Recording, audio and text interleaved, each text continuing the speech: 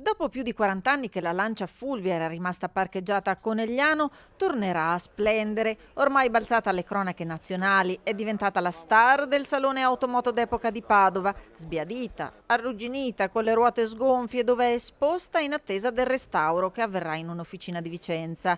Per l'auto, la cui storia ha fatto il giro dei social, si prospetta un posto di risalto, sarà al giardino della scuola enologica Cerletti di Conegliano.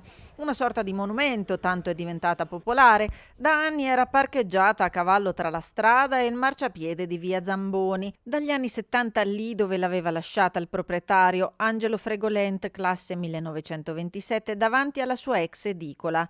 Anche il presidente Luca Zaia se la ricorda quando da piccolo passava di là per andare a scuola. Così è nata l'idea di portarla all'autosalone dove oggi, in qualità di cimelio delle tradizioni locali, ha rivendicato il suo posto al sole al pari dei modernissimi e lussuosi superbolidi.